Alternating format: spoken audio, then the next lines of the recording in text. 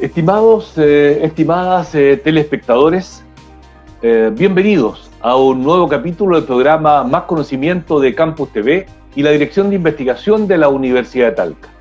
En esta octava temporada del programa internacional, estamos entrevistando a académicos, investigadores de distintas universidades del mundo que forman parte de la red de colaboración internacional de académicos de nuestra universidad. Aproximadamente el 30% de las muertes a nivel mundial, y Chile no es una excepción, se deben a enfermedades cardiovasculares, es decir, infarto agudo de miocardio, enfermedad cerebrovascular o ictus y trombosis a nivel de arterias periféricas. ¿Cuál es el proceso aterosclerótico que ocurre? ¿Cuáles son las moléculas y células que participan? ¿Cuáles son los potenciales blancos donde van a desarrollarse los futuros fármacos? Sobre esto y otros aspectos de investigación vamos a conversar con la profesora Lina Badimon. Ella es catedrática del Consejo Superior de Investigaciones Científicas, CSIC, en España. Y además es la directora del programa cardiovascular ICCC del Instituto de Investigaciones del Hospital Santa Cruz y San Pablo en Barcelona, España. Acompáñenos a Más Conocimiento.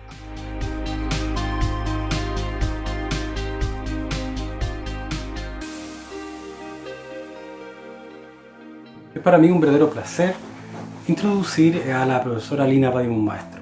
La profesora Lina Badimon nació en Barcelona y es licenciada en farmacia y doctora en farmacología y fisiología de la Universidad de Barcelona. Directora también de la Cátedra de Investigación Cardiovascular de la Universidad de Barcelona. También es profesora asociada de Medicina y Cardiología de la prestigiosa Escuela Monte Sinaí en Nueva York y profesora visitante de la Universidad Metropolitana de Manchester. Ella también ha sido presidenta de la Sociedad Española de Aterosclerosis y ha dirigido también otras varias sociedades europeas y españolas para la investigación clínica relacionada con el ámbito cardiovascular. Actualmente ella es directora del Centro de Investigación Cardiovascular del Hospital de Santa Cruz y San Pablo de la Universidad Autónoma de Barcelona. La doctora Badimon ha tenido una carrera muy prolífica y ha generado más de 250 artículos científicos relacionados con el área cardiovascular. Y también le ha significado más de 1200 citaciones en la literatura científica. También ha participado en más de 200 capítulos de libros y revisiones en el tema. Y la doctora Badimon también ha realizado contribuciones muy importantes al área del estudio cardiovascular, desarrollando en 1986 un reactor de flujo para el estudio de interacciones moleculares entre las células, la llamada cámara de Badimon, y también fue la primera persona en describir la participación del factor de transcripción NOR1 en las lesiones ateroscleróticas, una importante diana terapéutica que se investigó después. Su actividad como investigadora le ha llevado a ser experta a nivel mundial en todo lo que es el síndrome isquémico, la lesión aterosclerótica y toda la fisiopatología cardiovascular. Y finalmente la doctora Badimon ha sido reconocida con múltiples premios, tanto a nivel nacional en España como internacional, de varios reconocimientos como el de la Fundación Lilly y el premio Rey Jaime I, solo por mencionar algunos. Así que para mí es realmente un placer y un honor poder introducirles a la entrevista de esta destacadísima investigadora internacional.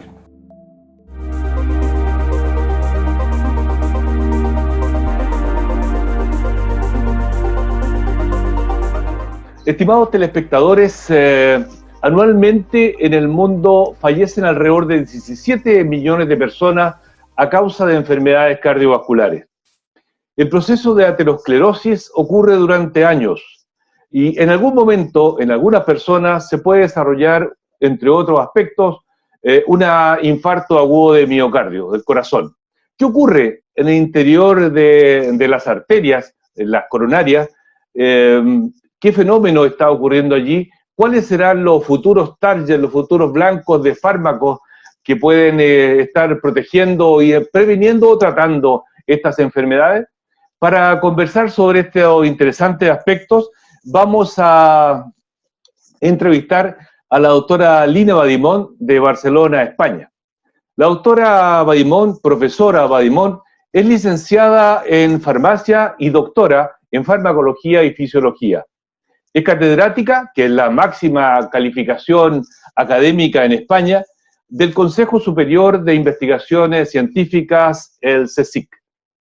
Es directora del programa cardiovascular ICC del Instituto de Investigación del Hospital de la Santa Cruz San Pablo en Barcelona, España. Además, es directora de la Cátedra de Investigación Cardiovascular de la Universidad Autónoma de Barcelona. Es profesora adjunta del Departamento de Medicina del Mount Sinai School of Medicine en New York, Estados Unidos. Y además es miembro de la directiva de la Sociedad Europea de Cardiología.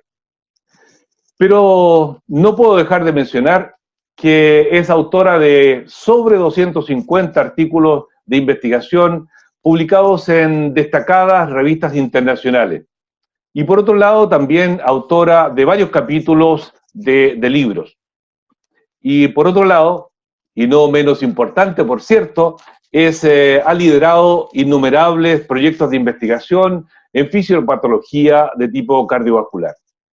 Y como investigadora destacada a nivel internacional ha recibido distinciones, entre otros el premio Narcisse Montiriol al mérito científico, el premio Creu Sant Jordi, voy a hacer la traducción si me permites, Cruz de San Jorge, estaba en catalán, premio Fundación Lili de investigadora en investigación científica preclínica y el premio HDL Colesterol Bueno, entre otras distinciones. Doctora Badimón, quiero a nombre del programa Más Conocimiento Internacional de Campus TV, la Universidad de Talca, agradecerle el hecho que haya aceptado conversar con nosotros durante algunos minutos.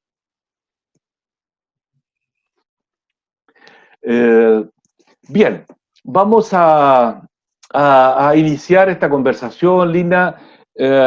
Antes de entrar voy a decir, en materia fisiopatológica cardiovascular, me gustaría que hiciéramos así como una especie de sobrevuelo sobre España y particularmente en Cataluña, Barcelona. Para ubicarnos en el espacio, solo me permito decir que España, dentro de Europa, está en el sector oeste, suroeste, ¿ya? Y en esa península ibérica, Lina, ¿dónde está? Y cuéntanos algunos detalles de Barcelona.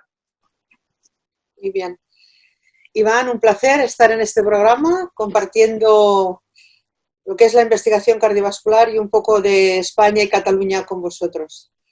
Bueno, España es el cuarto país más grande en territorio de Europa, después de Rusia, Ucrania y Francia.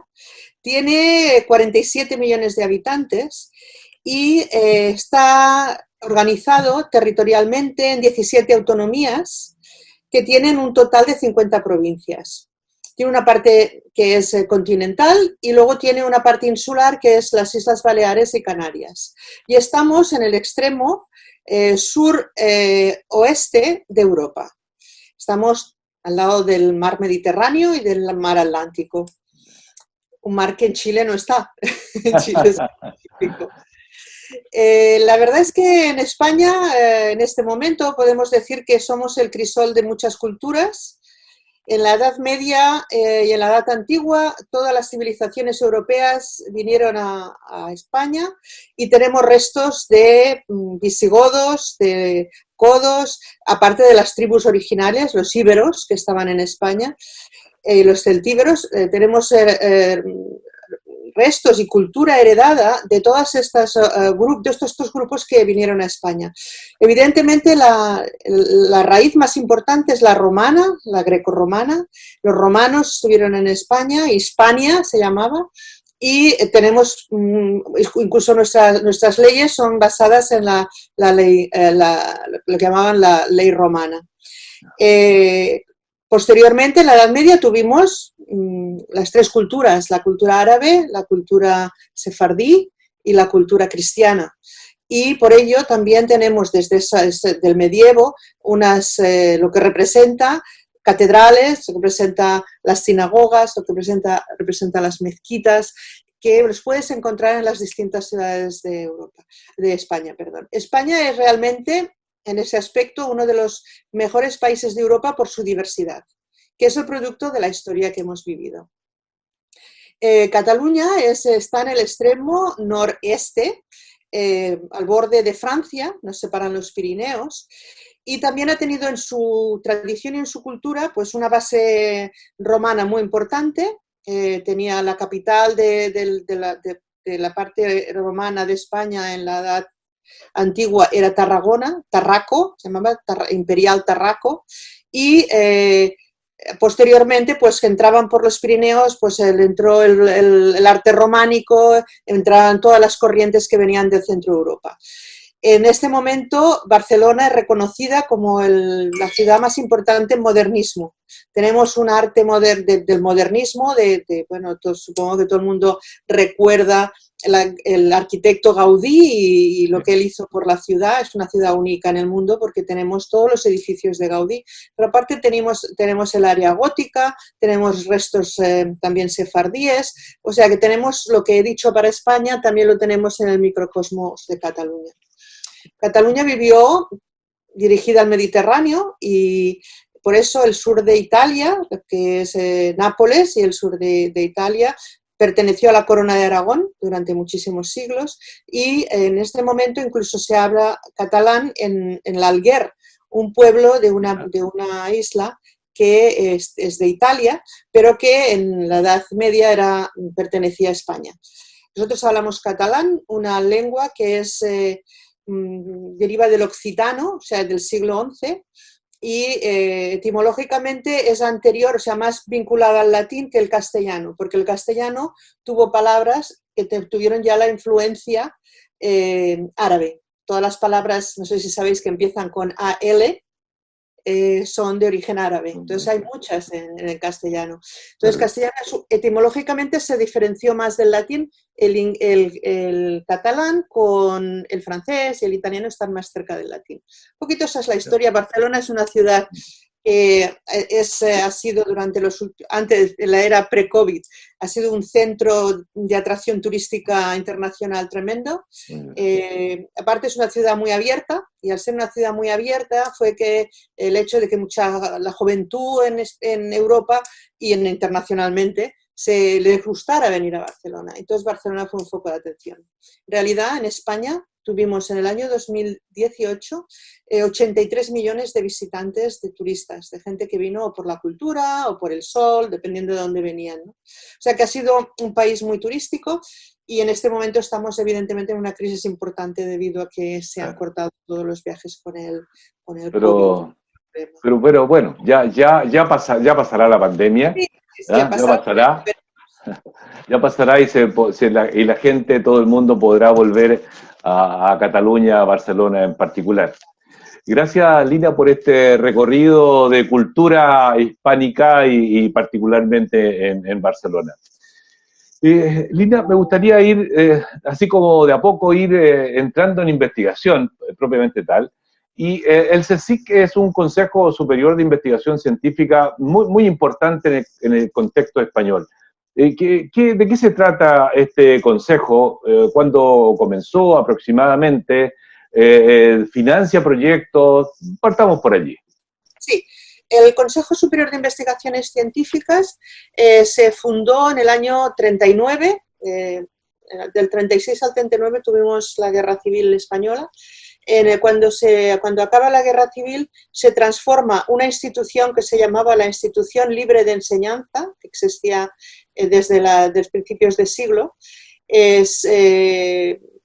Durante la guerra se suspende la actividad de la Fundación Libre de Enseñanza y se para la actividad y se renueva y se toma otro nombre. La Fundación Libre de Enseñanza, el primer director fue Ramón y Cajal, pero durante la época de la guerra, pues debido a problemas políticos, se suspendió lo que se consideraba que era una entidad republicana, de la época republicana en España. Cuando surge el Consejo Superior de Investigaciones Científicas, surge inicialmente para humanidades, en el año 39, y posteriori va cambiando, va incorporando diferentes áreas de la ciencia, más técnica y luego más científico. Y en este momento es una institución que embarga todas las áreas del conocimiento. Todavía tenemos institutos de lenguas antiguas, tenemos institutos de historia, institutos de arqueología y luego tenemos todas las ciencias modernas y tenemos medicina, salud, biología, biotecnología. O sea, fue incorporando distintas actividades científicas. El Consejo Superior de Investigaciones Científicas tiene centros en España que son propios o centros que están trabajando con universidades y alguno poco con hospitales. Habitualmente es más con instituciones académicas. ¿Y el financiamiento de este consejo y de todos esos centros que están en las distintas ubicaciones que tú nombras, reciben un financiamiento estatal? Bueno, el Consejo lo que hace, no financia proyectos, excepto que haya alguna convocatoria especial. Los proyectos los tiene que ganar el investigador en los concursos nacionales, con las agencias nacionales de financiación de proyectos. Pero sí que el CSIC, si los años prósperos, los años, por ejemplo, en la franja del 2003 al 2008, que fue unos años de cierta prosperidad, pues sí que daban becas internas, daban alguna iniciativa de proyectos concretos con un objetivo concreto, pero no financian. Ellos lo que dan son plazas, de forma que el personal que gana una plaza por concurso nacional, por oposición, tiene el salario que le viene pagado por el Consejo Superior de Investigaciones Científicas. Y es profesor del CSIC o es colaborador o con su categoría distinta. Luego hay personal técnico que también pertenece al CSIC. Pero como digo, la financiación habitualmente, incluso los becarios, los postdocs, todos estos estamentos de investigación tienen que ser concursos nacionales en los que compiten con las universidades. Y, Lina, a tu juicio, ¿cuán importante es la investigación para el desarrollo de los países? Hay gente que dice que hay una directa relación, casi un R de 1 casi, ¿ya? ¿Tú crees que es importante o podría existir desarrollo sin investigación? Bueno, yo creo que es importantísimo. Hay desarrollos en investigación, adquiriendo todo lo que hacen otros países, esto es evidente, pero en eso no hay riqueza para el país. Y el ejemplo más claro de esto es Finlandia. Finlandia, un país pobre a principio del siglo, Finlandia, un país que no tenía casi recursos, empezó a invertir en investigación. Entonces cogió la onda de la investigación y es uno de los países más ricos de Europa. ¿Por qué? Porque empezaron a buscar aspectos asociados, en su caso, a la tecnología. Las empresas Nokia de teléfonos empezaron, cuando surgen los teléfonos, tenían gente formada que hacía investigación y esa gente pudo desarrollar, hizo el I+D, o sea, la investigación y el desarrollo asociado a su país y después exportarlo y eso crea riqueza. Si tú haces desarrollo, está bien para la población de un país, pero no hay riqueza, porque tú aplicas o compras lo que otros desarrollan. Y ahí hay gasto para el país, que los habitantes lo necesitan. Pero si un país quiere saltar de ser un país en donde se aplica lo que se hace fuera a un país que genera conocimiento y ese conocimiento le redundará en riqueza, tiene que invertir en investigación propia.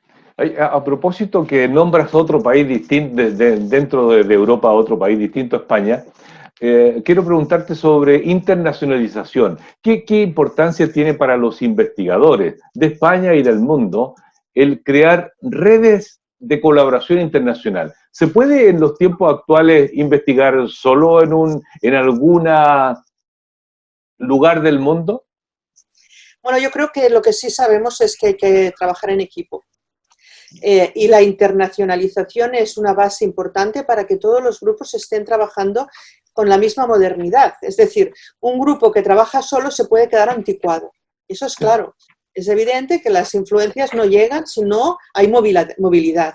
La movilidad empieza por mandar a la gente joven fuera, con una beca, con lo que sea, que esta gente retorne al país y luego en los diferentes estamentos, en la jerarquía de las universidades o de los centros de investigación, todos los estamentos tienen que tener contactos internacionales, porque eso da ese más de poder estar al día de lo que está sucediendo en todas partes. Si no, uno se queda aislado. Y en este momento es claro que hace falta esta información, ese trasvase.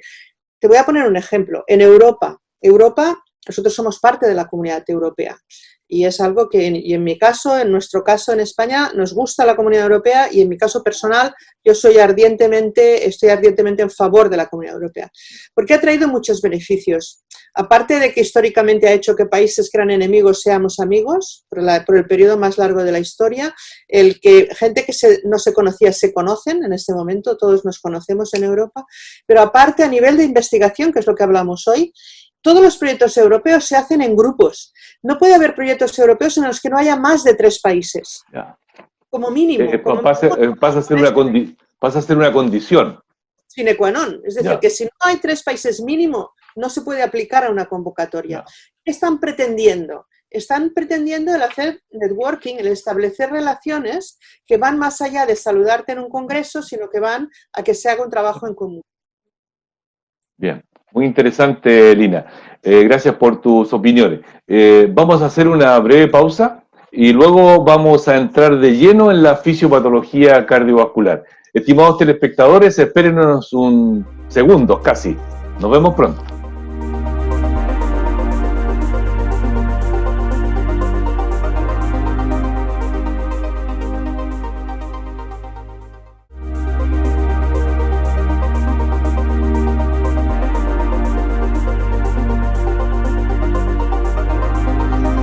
Estimados telespectadores, estamos conversando con la profesora Lina Badimon, catedrática del Consejo Superior de Investigación Científica, CSIC en España, y directora del programa cardiovascular ICC del Instituto de Investigaciones en el Hospital San Pau.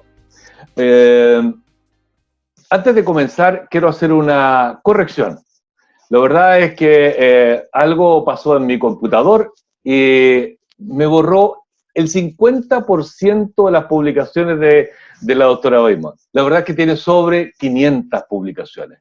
Bueno, es un tremendo privilegio, yo ya lo sé desde antes, independientemente que sean 250 o 500, es un tremendo privilegio que Lina haya aceptado nuestra entrevista, pero son sobre 500.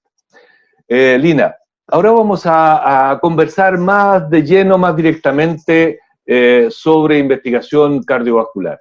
Y lo primero que me gustaría, pensando en los investigadores, los postdocs, los jóvenes, que yo sé que tú hiciste el doctorado en Barcelona, luego te fuiste a un país ahora, y en esos tiempos claramente había una brecha mayor, creo yo, de desarrollo, que era un país claramente desarrollado, Estados Unidos, y estuviste por allá alrededor de 15 años, y el 95 regresaste a España, ¿ya? Cuéntanos cómo fue un poco ese recorrido, y si tú recomendarías a los jóvenes que hagan un recorrido similar, es decir, obtienen el doctorado y ojalá salgan a trabajar, estudiar, hacer un postdoc en otros lados. Sí, en la época en que yo me marché a hacer el postdoctorado a la Clínica Mayo, en Rochester, en Minnesota, fue importantísimo porque es cierto que en aquella época en España la investigación no estaba tan intensamente fomentada como ahora. Ahora realmente hay recursos para investigar y hay interés. En aquella época era diferente, era más difícil y era, en mi visión, era imprescindible para una persona que quisiera hacer investigación con relevancia internacional marcharse. Yo me quedé 15 años, como dices bien, porque después de estar de postdoc en la Mayo, me contrataron en el Mount Sinai, en el Hospital Mount Sinai de Nueva York, y me quedé allí bastantes años y luego pasé a Harvard, al Massachusetts General Hospital, donde estuve hasta los 15 años que ya me volví a España y dimití de mi posición allí, porque en España había empezado 2 años antes a tener contacto y las cosas funcionaban muy bien. Claro, ¿qué recomiendo yo? ¿Qué recomiendo yo a los muchos investigadores que han pasado por mi centro? Yo les recomiendo irse a todos. No han de estarse los años que estuve yo fuera. La situación en España ha cambiado y además no solo ha cambiado la situación, ha cambiado la manera de comunicarse haciendo investigación. Cuando yo me marché, no había la posibilidad de los emails, de hablar como estamos hablando nosotros en este momento. Sí. era todo más contenido, más, tú estabas en otro hospital y aprendías cómo funcionaba porque estabas allí, si no, no había forma. Bien. En este momento no hace falta estarse todo este tiempo fuera, pero yo creo que es muy importante para una persona que quiera hacer investigación irse de donde ha hecho su doctorado para que adquiera un criterio diferente, que a lo mejor el criterio es mejor el del sitio de doctorado, pero simplemente hay que ver las diferencias, hay que estar expuesto a otras maneras de hacer las cosas para adquirir un criterio propio que sea un criterio de avance. En muchos casos hay muchos investigadores que hacen la tesis pensando que, bueno, hago esto porque lo hago.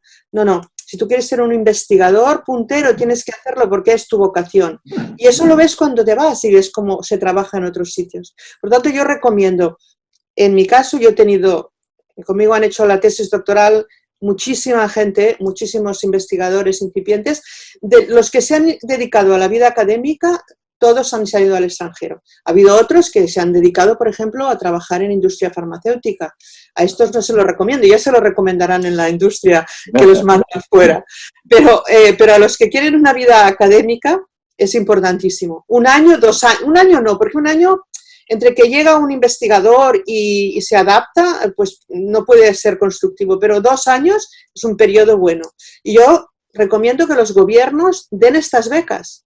El gobierno que en muchos casos ha pagado una parte o la totalidad de la docencia para que una persona llegue a tener un grado de licenciatura y luego el doctorado, puede aumentar esa financiación para que se haga un posgrado y esa persona retorne al país y genere para el país la riqueza que pueda debido a que su formación está completa. Es una inversión que trae más riqueza que el que o que se te marchen todos porque no hay futuro o que no salga nadie y la gente no esté bien preparada. Bien, gracias, Lina. Me gustaría conocer un poco más de este, voy a decir, exitoso hoy programa ante el centro, el programa cardiovascular ICCC, del Instituto ahora de Investigación en el Hospital de la Santa Cruz de San Pablo, Barcelona. Cuéntanos un poco sobre el programa, cuáles son sus líneas más importantes, cuántas personas trabajan allí. Sí, la verdad es que el Instituto de Ciencias Cardiovasculares, el Instituto Catalán de Ciencias Cardiovasculares, se inicia en el 2005 como un ejercicio de fuerza del Gobierno de la Generalitat de Cataluña en colaboración con el Gobierno Central y con el CSIC para iniciar centros de excelencia, unos centros de una red que se llama CERCA, Centros de Excelencia de la Generalitat de Cataluña. Se hacen centros punteros en áreas específicas, cardiovascular, la primera causa de muerte, telecomunicaciones, pues que es el futuro, química, porque para la síntesis de nuevos productos, de fotónica, porque es también el avance. O sea, se hacen unos centros, pocos, que son centros de excelencia. Esto es el año 2005, en la época de prosperidad, como he dicho antes. Nosotros funcionamos como instituto, pero en el 2018, independiente, como estábamos en el campus, ubicados en el campus del Hospital de San Pablo, debido a que mucha de la investigación la hacemos con material que viene del hospital y tenemos ese contacto directo necesario, se propuso que una reorganización de la investigación en Cataluña, algunos de estos centros se ubicaran en centros mayores que fueran multidisciplinares y que estuvieran en el mismo campus. Entonces el nuestro se ubica en San Pablo, entonces se une a San Pablo, donde ya científicamente estábamos involucrados, pero se une ya administrativamente, para reducir el gasto, porque hubo una crisis muy importante desde el 2011 hasta el 2016, 17 en Europa, bueno, también a nivel mundial, pero en Europa fue una crisis importante y España lo sufrió directamente. Entonces, la idea era que juntando centros en otros más grandes se ahorraba en la parte administrativa sin tocar la parte científica. Esa es la razón por la que en este momento, desde el 2018, estamos dentro del Instituto de Investigación San Pablo. Pero mantenemos la misma línea científica que ahora que somos un programa dentro del Instituto Multidisciplinar, antes que teníamos un área muy concisa, muy especializada de cardio. Y mantienen la misma planta física. Sí, estamos en el mismo lugar. sí, sí, en el mismo lugar y con el personal también que ya estaba antes, excepto los que cambiamos. Nosotros no tenemos mucho personal fijos, tenemos un número reducido, pero tenemos mucha gente visitante. Oye, a propósito de eso, un par de consultas. ¿Tú podías nombrar, sin entrar en los detalles técnicos, porque esto es para telespectadores en general, así algunos equipos que a tu juicio son importantes, equipamiento de laboratorio, que a tu juicio son relevantes, se pueden destacar? Sí, sí. ¿Ya? Claro, sí, eso es una evaluación que hicimos cuando empezamos en el ICCC, hace, como digo, 15 años en este momento, y que cada año estamos reevaluando, porque ahora las plataformas del hospital tienen que actualizarse. Es evidente que para hacer una investigación de futuro tenemos que tener equipos que cada vez, desafortunadamente, son más caros. Porque cada vez hacemos una investigación que va más a nivel molecular, a nivel en profundidad, que no es tan fenomenológica como era anteriormente, ¿no? Que era más descriptiva. Ahora tenemos que ir a las causas de las cosas. Claro, eso hace que todos los aparatos sean caros. Yo creo que hay unos aparatos que un centro que sea como el nuestro, se dedique a un área de la medicina tiene que tener, como es, por ejemplo, microscopía confocal, que la compartimos, ya la compartíamos como ICCC con el hospital y ahora pues la compartimos porque somos lo mismo. Necesitamos tener citometría de flujo, porque mucha investigación nuestra está involucrada en micropartículas, que es un área que va a crecer en el futuro porque hay muchas cosas que no conocemos. Necesitamos tener en nuestras manos, tuvimos proteómica, que también se ha de compartir porque no lo puede tener un grupo, sino que hay que ser una plataforma compartida. Tenemos genómica, que es, quiere decir, todos los aparatos para hacer PCRs, para ver expresión génica, que también la teníamos individual y ahora también la compartimos con el hospital. Tenemos... yo creo que esas serían las básicas, aparte de todo el instrumental de laboratorio. Nosotros teníamos cromatografía de gases, HPLCs, todos estos aparatos más pequeños que permiten separación de proteínas, de moléculas, etc. Pero grandes infraestructuras yo creo que son, sobre todo en este momento, los aparatos para hacer secuenciación, que estos también, como normativa de España, los tenemos que compartir. La secuenciación, nosotros usamos una plataforma y contribuimos al funcionamiento de la plataforma por el tiempo en que se usa. Y como en Estados Unidos, que tú que convives casi con Estados Unidos frecuentemente, a propósito de que eres profesora allá, es lo que le llaman los core facility, ¿verdad? Que muchos utilizan los equipos, ¿eh?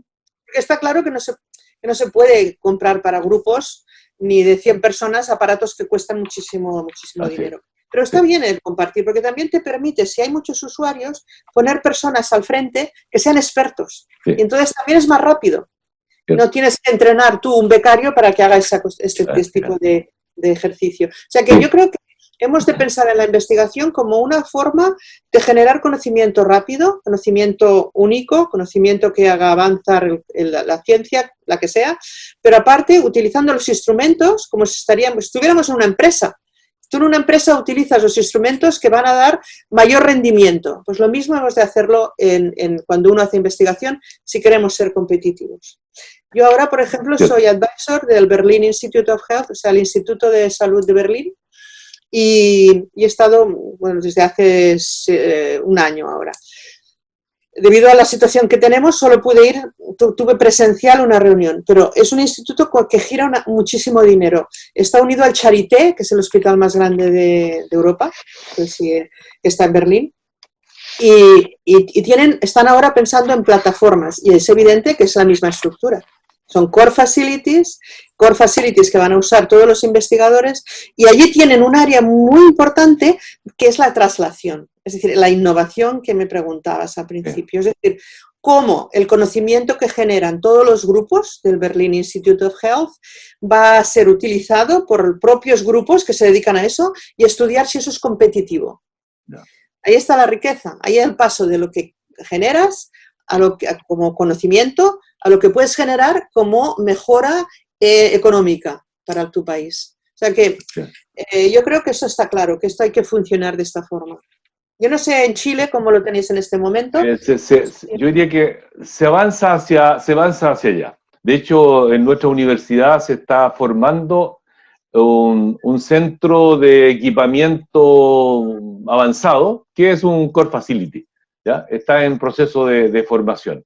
Me parece que es la mejor estrategia, sin duda.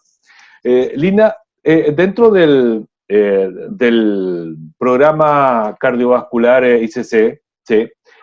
¿Cuáles son las líneas principales de investigación? Si tú pudieses resumirlas. Sí, bueno, nosotros empezamos con unas líneas muy claras de investigación bastante dirigidas a también generar riqueza. De los centros de excelencia de la Generalidad, los centros cerca se fundan con esta, digamos, con este objetivo. Entonces lo que hicimos es tener una base proteómica importante, es decir, buscamos nuevos biomarcadores de enfermedad asociados a la enfermedad cardiovascular, que es nuestra área de trabajo. Ahí hemos tenido éxito porque identificamos diversos biomarcadores, invertimos en uno. Ya sabes que cuando haces proteómica generas una cantidad ingente de información que luego tienes que ir, como en un filtro, tienes que ir limitando porque identificas muchas proteínas. Nuestro diseño fue en pacientes que acudían a urgencias con un infarto de miocardio. El primer infarto, debutaban para que no fueran politratados ya. No. Entonces comparamos con controles y entonces hicimos la proteómica de diferencial. Identificamos muchas proteínas, pero una nos dedicamos y hemos creado una empresa. En este momento hemos hecho una spin-off con financiación de capital privado, que luego fue financiada por Europa y en este momento ya está separada del centro. La becaria que hizo la tesis conmigo en este tema se ha marchado a trabajar de CEO, de jefe de esta empresa, y en este momento están corriendo un ensayo clínico para ver si realmente este marcador es robusto, suficientemente robusto, como para poder discriminar a los pacientes que van a tener un infarto agudo de miocardio. Esta es una línea que, a pesar que se ha desgajado ya del centro, continuamos con biomarcadores, ¿no?, en distintas situaciones. Por ejemplo, ahora estamos estudiando biomarcadores de insuficiencia cardíaca, que como sabes, los pacientes cardiológicos, muchos superan la fase aguda porque hay grandes fármacos antiplaquetares, pero el miocardio queda dañado y ese miocardio hace que las personas, conforme avanzan en su vida, con ese miocardio dañado entren en su insuficiencia cardíaca, que es el gran problema que existe ahora en cardiología. Cada vez hay más pacientes que viven los últimos años de su vida con baja calidad de vida debido a que tienen un problema de insuficiencia. Lina, pensando en nuestros telespectadores, cuando tú hablas de biomarcadores, el propósito de identificar esos biomarcadores es tratar de identificar alguna molécula lo más precoz posible para adelantarse un poco. ¿Cuál es la idea? Para que pueda diferenciar a aquellos pacientes que van a necesitar tratamiento A versus tratamiento B. Es decir, los pacientes habitualmente que tienen un infarto sufren dolor y luego llegan al hospital y les tienen que hacer una angioplastia, una intervención. Pero hay pacientes que no lo necesitan. Entonces, lo que queremos ver es lo antes posible qué pacientes tienen que ir a recibir a que les pasen catéteres o pacientes que les pueden dar un tratamiento con un fármaco y no necesitan más. Eso es muy importante a nivel del bienestar del paciente y a nivel del ahorro de recursos médicos, porque si no hace falta intervencionismo, es carísimo, pues no se hace.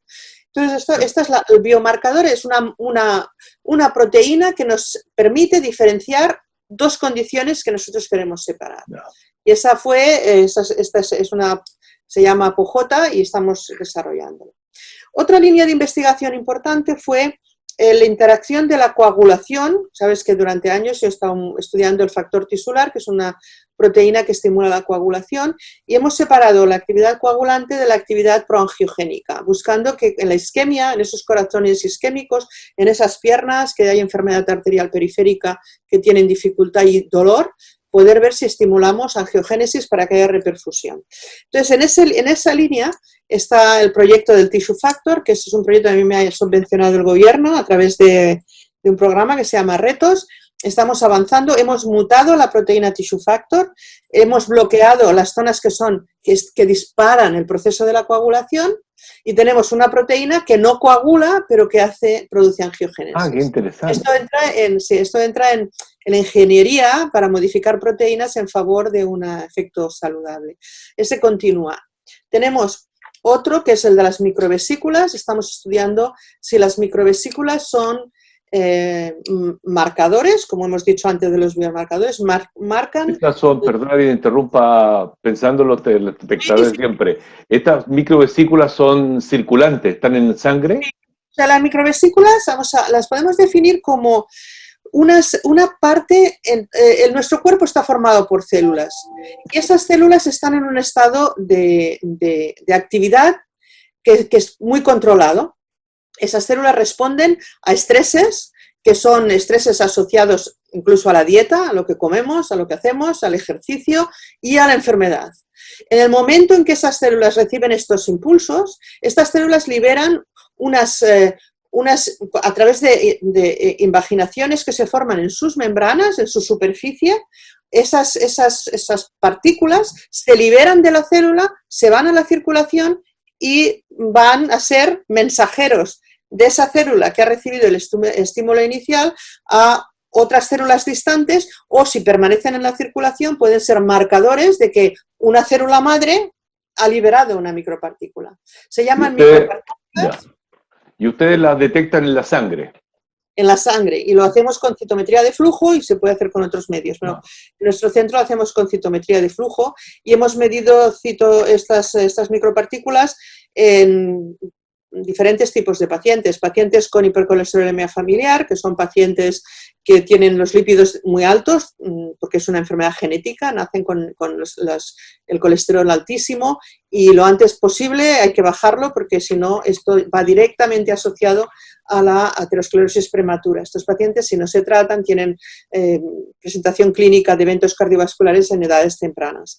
Entonces nosotros estudiamos y vimos cómo las microvesículas están modificadas en estos pacientes, cómo las podemos reducir si el paciente está tratado. Hemos estudiado la liberación en pacientes en asociación a marcadores de imagen, como el calcio en la pared vascular. Y luego ya, además de estas micropartículas, son transportadores de otras proteínas y otros ácidos nucleicos. Ácidos nucleicos significando el DNA que tenemos en todas las células o el RNA que tenemos en las células y los microRNA, o sea, son partículas de ácido nucleico que van con la micropartícula. Y ahí hemos estudiado también cómo esos ácidos nucleicos que están dentro de la micropartícula contribuyen a presentación de enfermedad y a progresión de la arteriosclerosis. Es decir... por lo pronto, perdona Lina, por lo pronto me han nombrado 3 grandes áreas: proteómica, el tissue factor, el factor tisular y las microvesículas. Esos son 3 temones, voy a decir temones, es decir, son grandes temas.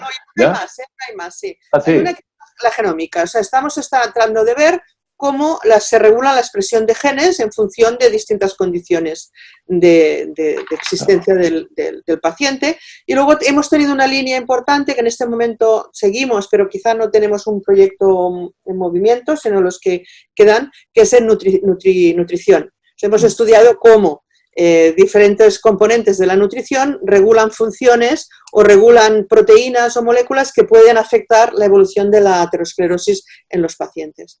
Por tanto,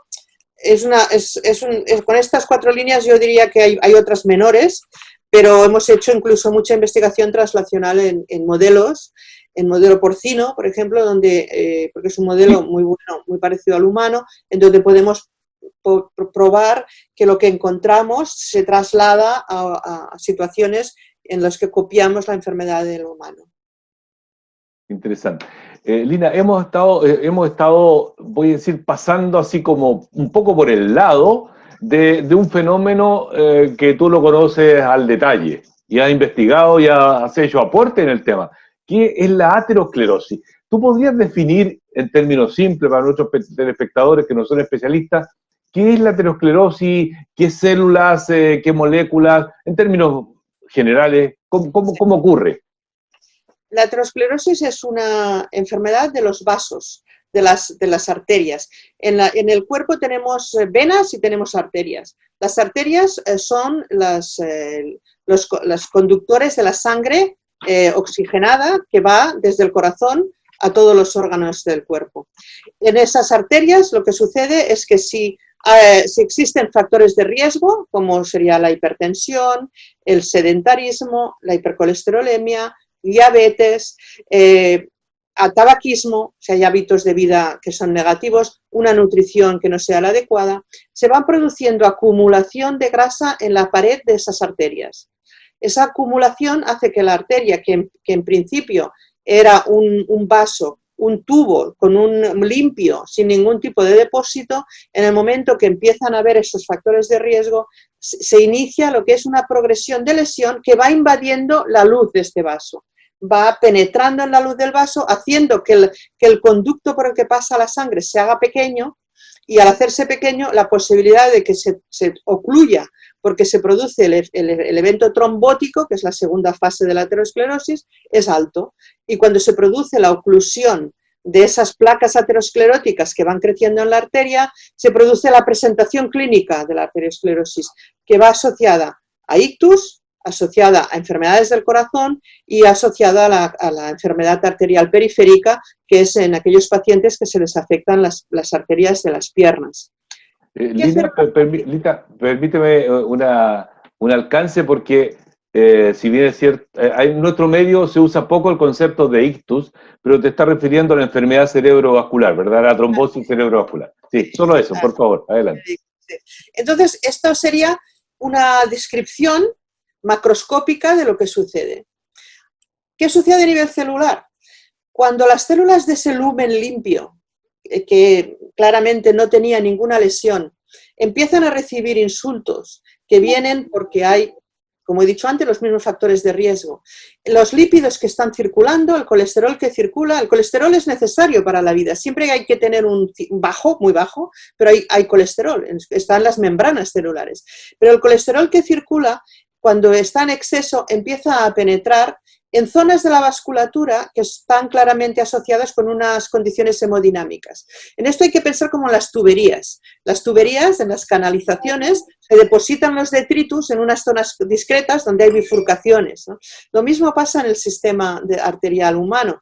Entonces, hay zonas específicas donde empiezan las células a reaccionar a los cambios de velocidad del flujo sanguíneo porque se va estrechando el vaso y porque además existe el problema de que se va penetrando el detritus, esas LDL que se oxidan y va produciendo lesión en las células que están en su entorno.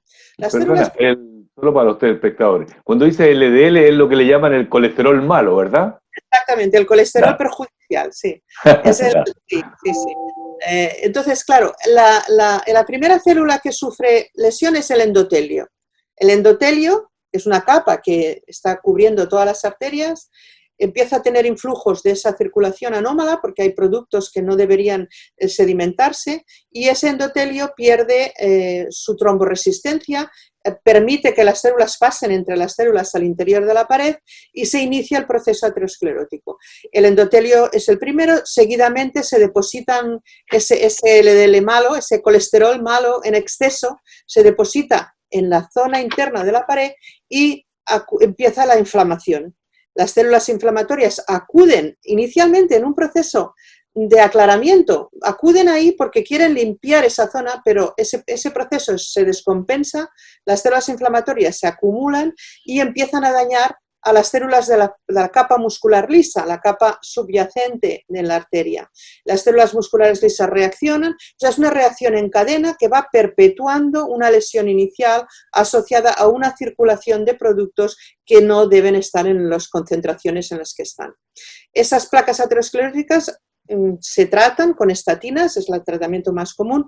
Están saliendo otros fármacos que son bastante poderosos, pero que inicialmente son caros, pero bueno, hay tratamiento farmacológico, los médicos que atienden a los pacientes tienen posibilidades farmacológicas y sobre todo tienen que bajar los lípidos porque es la causa importantísima de desarrollo de lesión aterosclerótica. Igualmente la hipertensión. Y respecto a los riesgos, el hábito tabáquico debe intentar reducirse o anularse. el tabaquismo produce lesión en el endotelio y ese endotelio, que es la capa inicial que va a defender, pierde su capacidad de defensa y permite que haya infiltración de materiales de la sangre al interior de la pared.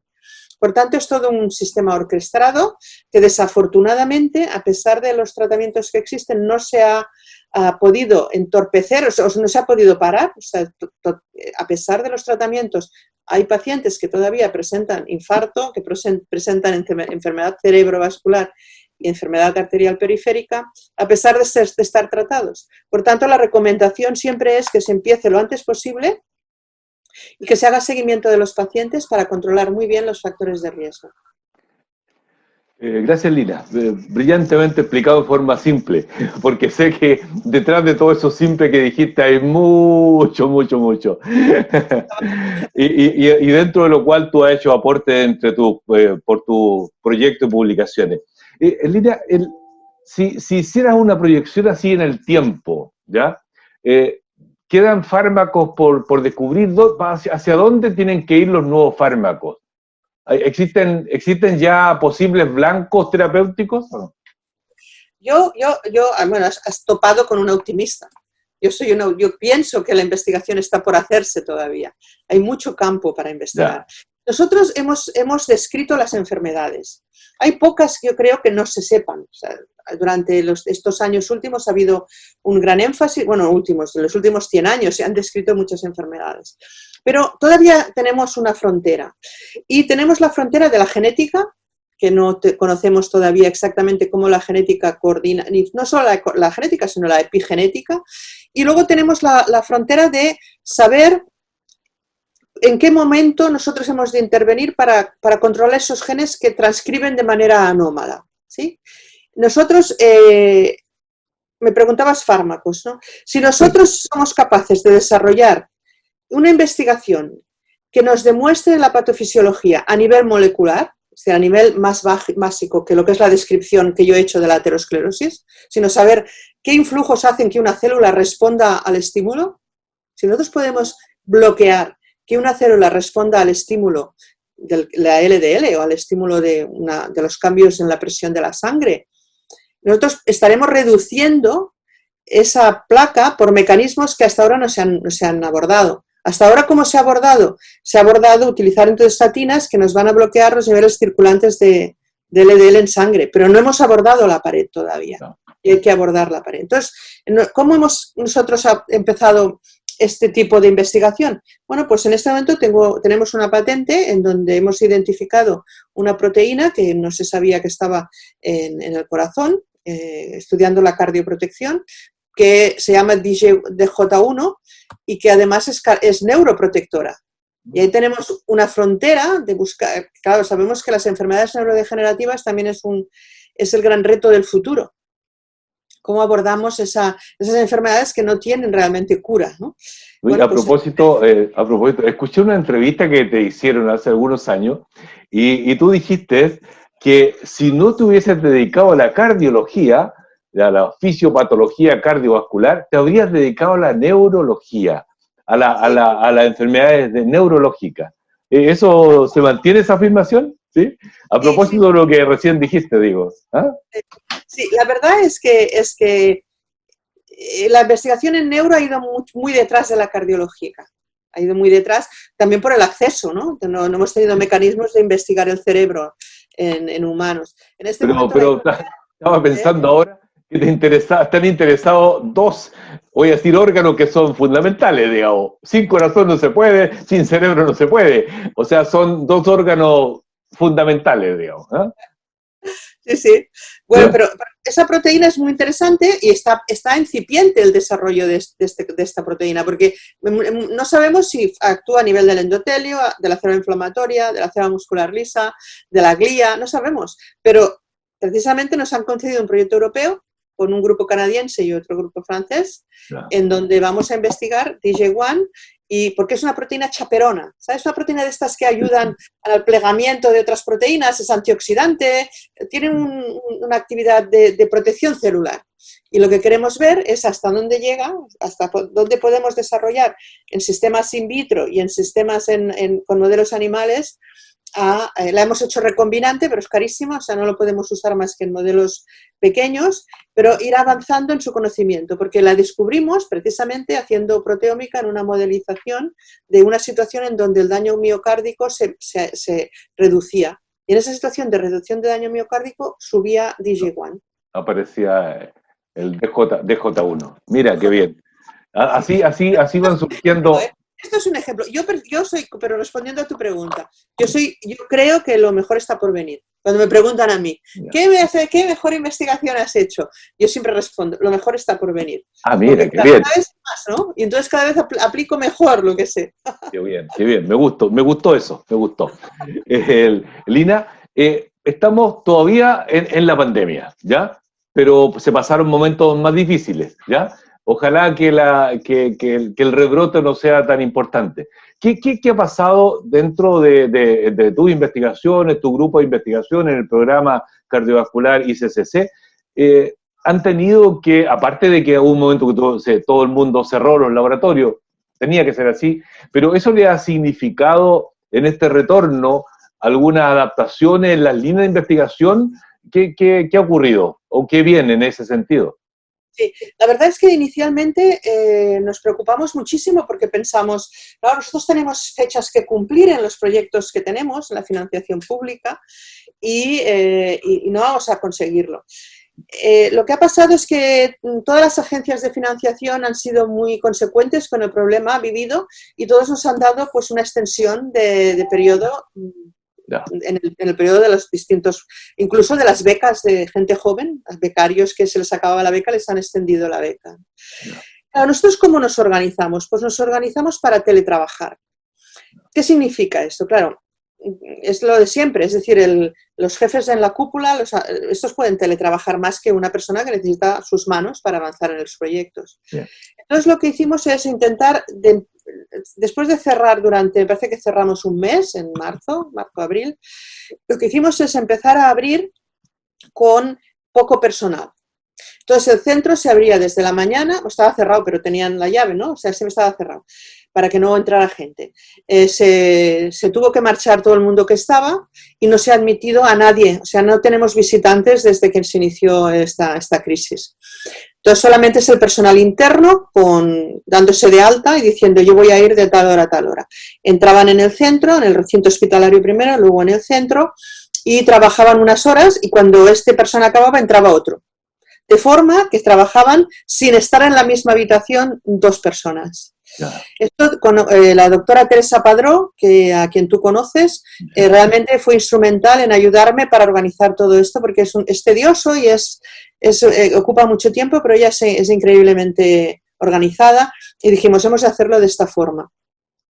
Entonces no hemos tenido contaminaciones en el centro, nadie ha pasado el virus. Mira qué bien.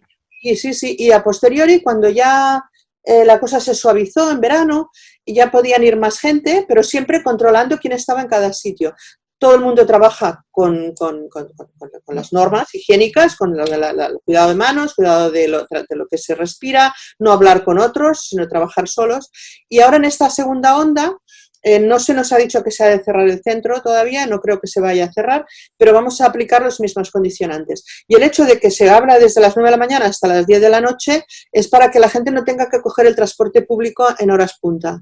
Yeah. Porque claro, se hacen estas normas, pero luego todo el mundo se mete en el metro, ¿no? Entonces claro, todos van ahí como... Entonces lo hemos conseguido, no ha habido ningún... De hecho, en la semana pasada me llamó un técnico y me dijo que su hija había dado positivo en el colegio, que es lo que está pasando en España, que son la gente joven que no están protegidos y se contaminan. Y él se quedó en casa, por si acaso, y él ha dado negativo. Es decir, que realmente como foco en nuestro centro no ha habido. Pero es evidente que ha sido un año difícil, un año en el que a los, por ejemplo, becarios les hemos pedido que hicieran revisiones. Ahora tú has de hacer revisiones de este tema. Tú has de hacerlo asociados a su tesis doctoral, pero para que no cogieran el mal hábito de no hacer nada. Qué bien, es una buena estrategia. En momentos en que no se puede tomar la pipeta, como decimos nosotros, es una buena estrategia. Sí. Lina, quiero hacerte una última pregunta. Ha sido una entretenidísima conversación y muy ilustrativa, ¿ya? Y te agradezco nuevamente. Tú eres una mujer exitosa, primero en Estados Unidos, luego de regreso en España, y además muy generosa, debo decirlo también por experiencias personales de nuestro grupo, que varios hemos estado por allí, alumnos, postdoc, etcétera. Por lo tanto, tú eres una mujer en investigación, una mujer de éxito, no hay duda, ¿ya?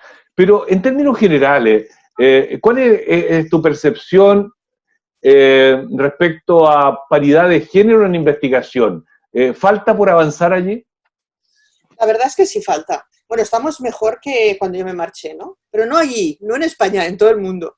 Porque yo me fui a la Mayo y era la única mujer fellow de todos los países. Es decir, que en América igual. O sea, el problema este de la paridad todavía tenemos que trabajar en ello. Yo en la Sociedad Europea de Cardiología he llevado la parte de las carreras de las mujeres. Y la verdad es que estamos intentando que, por ejemplo, en los congresos de la Sociedad Europea de Cardiología participen el mismo número como ponentes o como conferenciantes, sí, como ponentes o moderadores, el mismo número de mujeres que de hombres, o proporcionalmente al número de miembros, ¿no? Yeah. Si el 70% son hombres y el 30% mujeres, que ese número se respete o aumentando. Y en la gente joven estamos intentando pasar el mensaje de que una mujer puede hacerlo. Yo tengo que decirte, que no me lo has preguntado, pero te lo digo, yo tengo 2 hijos, tengo mi esposo y he tenido una vida familiar muy importante, más importante que quizá, no, igual de importante que mi vida profesional, pero más importante por mis prioridades. Yo he tenido la posibilidad de tener mi esposo es una persona que entendió que teníamos una carrera paralela, él es médico, él vino a la Mayo conmigo, él hizo su área, él es periodoncista y hizo su desarrollo y en España volvió, él es profesor en la Universidad de Barcelona y ha seguido su carrera y yo la mía, pero siempre hemos estado muy coordinados. Porque si yo me iba, él no se iba, y si se iba él, yo no me iba por nuestros hijos. Y eso es importante también. Yo creo que el mensaje a la gente joven es, tú has de triunfar, pero no has de renunciar a ser madre, no has de renunciar a una familia. Porque eso pasaba antes. Las mujeres que querían triunfar tenían que transformarse en hombres y no tener familia, y todavía pasa a nivel empresarial.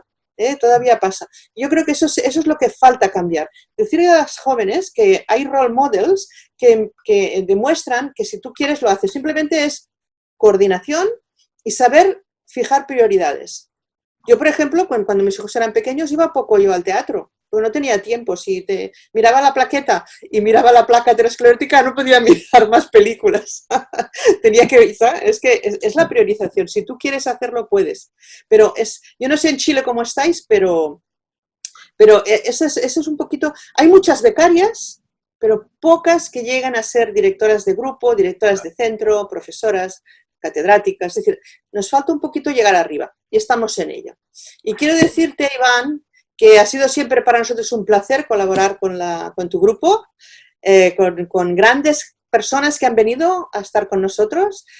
Todos ellos han dejado un recuerdo maravilloso. Si les preguntas a la gente de mi centro por el grupo de Talca, todo el mundo os conoce y están encantados de colaborar con vosotros. Yo creo que tú has intentado en tu grupo hacer lo que hemos estado hablando hoy, ¿no? Darles a todos la opción de visitar grupos extranjeros, y eso es una cosa que te honra. Muchas gracias, Lina. Quiero nuevamente agradecerte en nombre de Campus TV, de nuestra universidad, tanto por esta entrevista como todo este pasado del que sabemos existe y que ha dado fruto en tesis, en publicaciones, y eso claramente habla muy bien de ti, de tu generosidad como investigadora. Estimados telespectadores, hemos estado conversando con la doctora Lina Badimon. Ella es catedrática, la máxima jerarquía académica en España, del CSIC, Consejo Superior de Investigaciones Científicas, pero además directora, entre otras direcciones, pero voy a nombrar esta en particular, directora del programa cardiovascular ICCC del Instituto de Investigaciones del Hospital San La Cruz, San Pablo, en Barcelona, España. Hemos hablado con ella de la fisiopatología, pero para que ustedes lo hayan entendido, hemos hablado con ella de la fisiopatología cardiovascular, del infarto, cuáles son las moléculas que intervienen allí. Y por otro lado, también ha bosquejado de hacia dónde van los tratamientos en el futuro. Estimados telespectadores, gracias por habernos acompañado en esta conversación con la destacada investigadora profesora Lina Badimon de España, Cataluña, y nos vemos con ustedes en una próxima oportunidad. Hasta pronto.